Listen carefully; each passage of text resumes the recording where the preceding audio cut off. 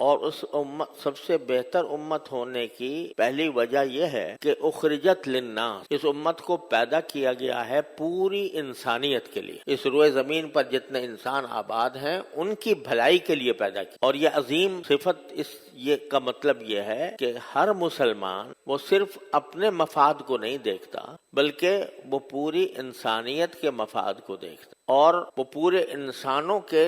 جتنے انسان اس دنیا میں آباد ہیں اس کرۂ ارض کے اوپر، ان سب کی بھلائی سوچتا ہے. وہ صرف اپنے لیے پیدا نہیں ہوا کہ بس خود پیدا ہو اور کھائے پیے مزے اڑائے اور چاہے عبادت بھی کر لے اور بس قبر میں چلا جائے، بلکہ اس کو پوری انسانیت کے لیے پیدا کیا گیا ہے کہ وہ جس طرح اپنی بھلائی سوچتا ہے اور اپنے لیے عیش و آرام کی خواہش رکھتا ہے، اور جس طرح اپنے لیے اس کے دل میں یہ تمنا ہوتی ہے کہ اللہ تعالیٰ مجھے اپنے عذاب سے بچا کر مجھے جنت میں داخل کر دے، اسی طرح اس کی سوچ یہ ہوتی ہے کہ ساری انسانیت ایسی ہی ہو جائے، سارے انسان وہ نیک بن جائیں، ایمان لے آئیں، نیک بن جائیں، اور جس طرح اللہ تبارک و تعالی ہمارے گناہ معاف کرے اور پھر ہمیں ایمان کے ساتھ جنت میں داخل فرمائے، اسی طرح ایک مومن کی خواہش یہ ہوتی ہے کہ سارے دنیا کے انسان ہیں. یہ خواہش کس طرح اس خواہش پر عمل ہوتا ہے اس کی تفصیل اللہ تعالیٰ نے یہ بیان فرمائی کہ تأمرون بالمعروف وتنہون عن المنکر، کہ ساری لوگوں کی بھلائی چاہنے کا ایک لازمی نتیجہ یہ ہے کہ تم دوسروں کو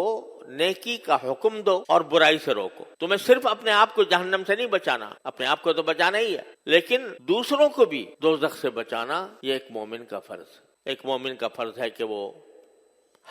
اس کے دل میں یہ فکر ہو، یہ تڑپ ہو کہ اگر کوئی شخص کسی گناہ میں مبتلا ہے تو میں کسی طرح اس کو اس سے نکال. اور یہ تڑپ مومن کو ورثے میں ملی ہے نبی کریم سرور دو عالم صلی اللہ علیہ وسلم کی تڑپ. آپ نے فرمایا ایک حدیث میں کہ میری مثال ایسی ہے جیسے کسی نے آگ جلائی اور اس پر پروانے آ کر گرتے ہیں اس آگ کے اوپر، اور میں ان کو پکڑ کر وہاں سے نکالتا اور میں کولیاں بھر بھر کر لوگوں کو چاہتا ہوں کہ وہ جہنم سے بچے، جہنم سے الگ رہے. یہ سرکار دو عالم صلی اللہ علیہ وسلم کی تڑپ تھی دل میں، اتنی آپ کو فکر تھی اپنی امت کی اور سارے انسانوں کی کہ کسی طرح میں ان کو جہنم سے نجات دلا دوں. اور اس کے لیے آپ اتنے غمگین، اتنے متفکر رہتے تھے کہ اللہ تبارک و تعالیٰ کو قرآن کریم میں یہ کہنا پڑا کہ لعلک باخع نفسک علی الا یکونوا مؤمنین، تم اپنی جان کو ہلاک کر ڈالو گے اس فکر میں کہ لوگ ایمان کیوں نہیں لاتے. تمہارا کام تو یہ ہے کہ پیغام پہنچا دو، کوشش کر لو، وہ تم نے اس میں کوئی کمی نہیں چھوڑی. اس کے بعد جو دن رات تم اس فکر میں گھل رہے ہو کہ کسی طرح یہ لوگ جہنم سے بچ جائیں اور ایمان لے آئیں، تو کیا اپنی جان کو ہلاک کر ڈالو گے؟ اتنی شفقت سے، اتنے پیار سے اللہ تبارک و تعالی نبی کریم صلی اللہ علیہ وسلم. تو اس امت محمدیہ علیہ صاحب الصلاۃ والسلام کو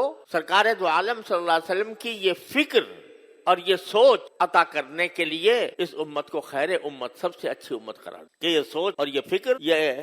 ہر مسلمان کے دل میں پیدا. سرکار دو عالم صلی اللہ علیہ وسلم پر نبوت کی انتہا ہو گئی. آپ کے بعد کوئی پیغمبر آنے والا نہیں، آپ آخری پیغمبر. پچھلے پیغمبر خاص قوموں کی طرف مبعوث ہوتے تھے، اور نبی کریم صلی اللہ علیہ وسلم کو پوری انسانیت کے لیے جو قیامت تک آنے والی ہے وہ ساری انسانیت کے لیے مبعوث فرمایا. وما ارسلناک الا کافۃ للناس بشیرا ونذیرا. اللہ تعالیٰ نے خطاب کر کے فرمایا کہ ہم نے آپ کو سارے دنیا کے انسانوں کی طرف بھیجا ہے، بشارت دینے کے لیے جنت کی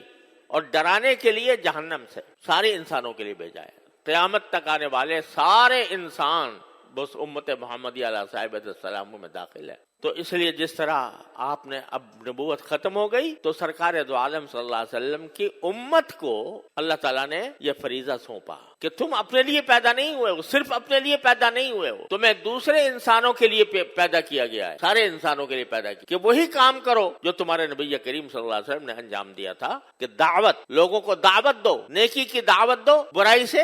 روکو. لہذا ہر مسلمان کے ذمے یہ فرض، یہ کسی صرف یعنی بعض لوگ یہ سمجھتے ہیں یہ علماء کا کام ہے، یہ مدرسے والوں کا کام ہے، یہ دینی جماعتوں کا کام ہے، تبلیغ جماعت کا کام ہے. نہیں، یہ ہر انسان کا کام ہے. کیا ہے کہ وہ حتی الامکان لوگوں کو نیکی کی دعوت دے اور برائی سے روکنے کی پوری کوشش کرے.